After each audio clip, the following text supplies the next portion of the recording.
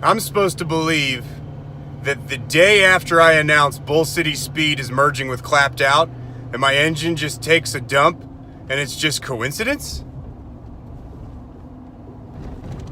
I don't believe in coincidences. I believe someone named Rye's trying to sabotage me, or as the French say, sabotage me. When you're alone, life can be a little rough. It makes you feel like you're 3 foot tall.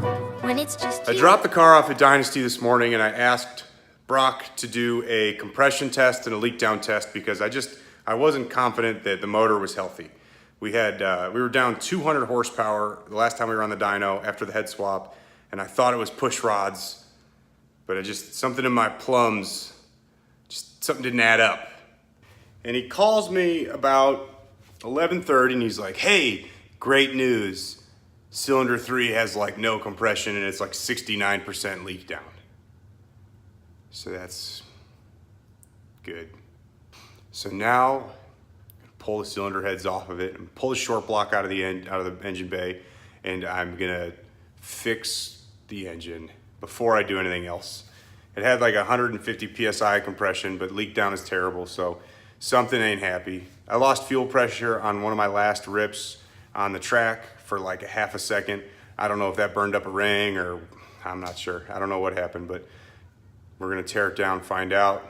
Maybe throw some pistons and some rods at it.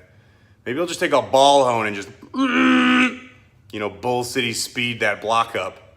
Just patchwork it and hope it, does its job. Oh, and shout out to company name I'm not gonna mention for selling a balancer bolt that just slayed all the threads out of my LS3 crank snout. I appreciate it, company I won't name, but I'm very upset with you. And it's not ARP and it's not Earl's. So don't blame those guys, they have good stuff. But company I'm not gonna name, you're gonna get like a really strongly worded letter from me on my stationery, and I'm even gonna take a stamp and I'm gonna stamp it shut like the old timer Paul Revere guys did when they were sending messages to their... Step 1 is to take the hood off, and step 2 is to take the engine out. And then after a little while, you got the engine on a stand. It's real easy. I can't wait for the time lapse to make it look like it took 5 minutes. You take the intake pipe off. Injector sub harness, that comes off. Fuel lines, get those off. Just let the fuel go everywhere. Probably gonna set this thing on fire anyway. You remove your catch can. All Rx7s came from the factory with this exact unit. My wire harness off. Take the intake manifold off. I tried to film myself doing that and almost died. And then, shoot a few other things and you're out. Motor's out. It's real easy. Straightforward, a lot of straightforward labor. And it's fun and fun for the whole family.